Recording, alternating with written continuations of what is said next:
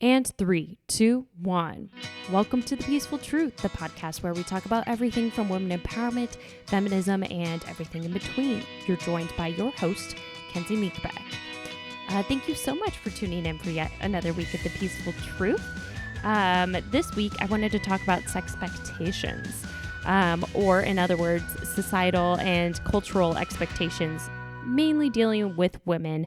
I know men have their own beasts and unfair ideas against them when it comes to sex, which I think might be a completely another episode, but it's more geared toward women for this episode. I know in the past, like maybe a year ago, Megan and I did an episode about sexuality and female sexuality, but I feel like there's so many different types of topics I can talk about when it comes to sex and women and what they have to deal with. I wanted to talk about that, but I wanted to preface this that I know these articles that I'm going to be talking about and the things I'm going to be talking about are kind of painting a general paintbrush over people. And I recognize that this isn't necessarily how everyone is, or how everyone would react or think. And so I just want to preface it like that. I also am talking from like my own personal experience, and I think that generally has some bias, and I know I'm a white straight woman and I don't always have all perspectives. So just kind of keeping that in mind and wanted to preface the episode in that way. But how I want to talk about this episode or this topic is first, I want to talk about different studies and articles that talk about cultural and societal expectations and the behavior of women and men and what happens there. But then I also wanted to talk about the media and how I feel like that also impacts society's sexpectations of women. So let's dive right in. The first article is titled Men, Women Lie About Sex to Match Gender Expectations.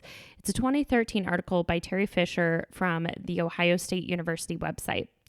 So the one quote I wanted to read from this article is that people will lie about their sexual behavior to match cultural expectations about how men or women should act, even though they want to distort other gender-related behaviors, new research suggests.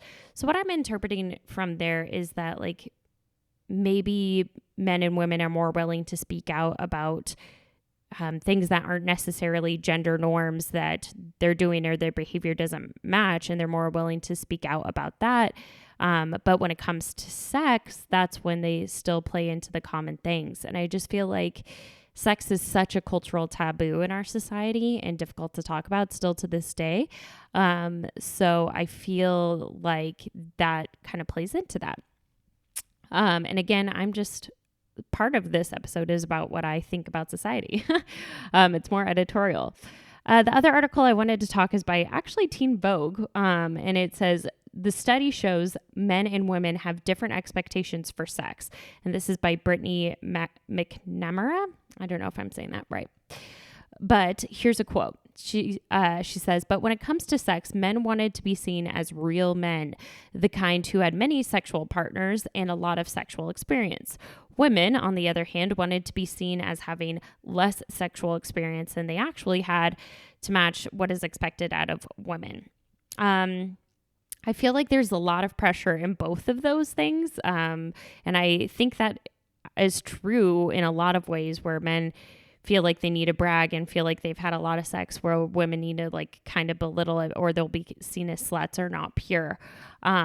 So I don't know. I think it's a conflicting thing because women are overly sexualized, but they also want to act like they've never had sex. So it's just very conflicting in a lot of American culture. The other quote I wanted to read from this article is research from Confi, a digital health startup founded at Harvard Business School, shows that 45% of college-aged men expected to have penetrative sex if they take someone home after a party, while only 31% of women expect the same. The research conducted among 1,200 people ages 18 to 25 on college campuses around the U.S. shows that there's a significant gap in what collegiate men and women expect to happen sexually, which the research concluded could lead to unwanted or non-consensual sex. So yeah, if there's like a significant gap in what you expect to happen, I feel like, yeah, maybe that could lead into unwanted or non-consensual things. And another quote, and the final quote from the article is, when people think sex is expected, they read cues as confirming those expectations and may want to view consent as a given. So like when people or men, in an example, I'm using men as an example, I know it's not all men. Let's say a man expects to have sex because they took someone home after a party and they're at their house.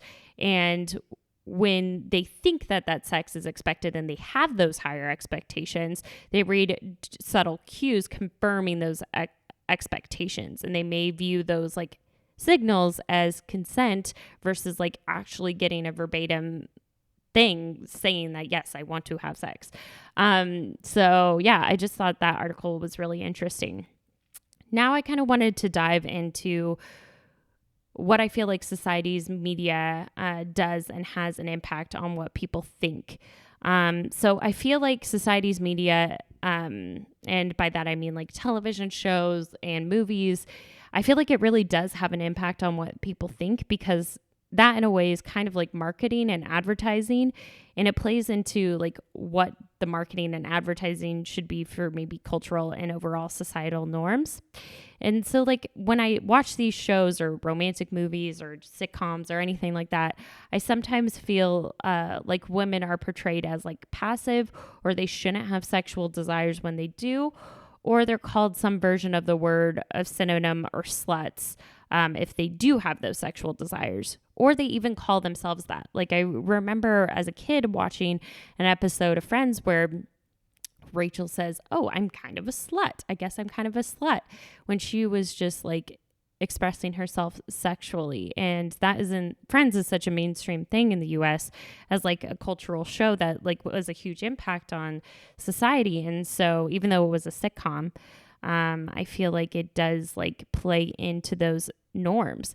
And at the same time, like of women being told that having sex or being sexual isn't a positive thing, they are being sexualized. So again, like this oxymoron of like, oh, you have to be passive and you have to be pure, but at the same time, we're going to sexualize you and paint you in this light of being a sexual thing, an object. And I just feel like the combination of these things that are portrayed in media and culture and television shows are directly conflicting messages. And I would argue that it could warp some people's and some women's opinion of their own sexual desires or identity. And what I mean by that is like things like become so saturated of what society expects out of women. Maybe like women could, their thought or their actual sexual desires of what they want could never come to true fruition of who they really are. And I don't know if I'm explaining that correctly, but I just feel like society might warp women's opinion of sexuality to the point where they lose their own identity of being sexual, which I think is sad because it's part of life. But yeah, the truth is that women are sexual beings and they can make their own decisions of what they want in that moment, and it shouldn't be a shameful thing. But like, I wanted to talk about some other sexpectations that I've just like heard as a young woman, that the 3-date rule. And what I mean by that is like after 3 dates, that's when like you're supposed to like go a little bit further or even have sex. And like the 3-date rule makes you seem like, oh, you're a good girl. But then I feel like even if you wait to that point and you're still not ready, there's pressure maybe to have it after that time because it's so like a societal thing. And if you wait longer than that, though, you're a prude. Or if you do it before then, which you don't need to deny your own desires, you could be considered, I guess, slutty or whatever society thinks is slutty. But that's not true. I just feel like there's a lot of expectations behind that, and like expectations of men. Like I've read things on the internet, like if they buy you a meal, that you like owe them something. If they buy you something, you owe them something, which again is not true. You decided to buy that meal for that person, so you can't expect anything out of that. I don't know. So I do sometimes, though, have hope about the media and modern day culture, because like women are becoming more liberated and talking about sex more openly and being more sexually positive. And I feel like a lot of men are like becoming also more progressive in that mindset as well. Like one person who I feel like is killing the game right now is Lizzo. And I think she's like almost, and I know I've talked about her before, but I feel like this woman's like almost therapeutic in a way. Like she's so herself and so open about her sexuality that I feel like she could liberate a lot of women to feel their truest self and what they truly desire. And I think that she's doing something amazing. So yeah, I appreciate you guys tuning in for yet another episode of The Peaceful Truth. What are you looking forward to most this week? I always like to wrap it up with something positive of what you're looking forward to. This week, I'm looking forward to going to a bachelorette party for my best friend that me and my sister planned, and I think it'll be a blast. Well, thank you for tuning in for yet another week, and I'll see you guys soon. Bye.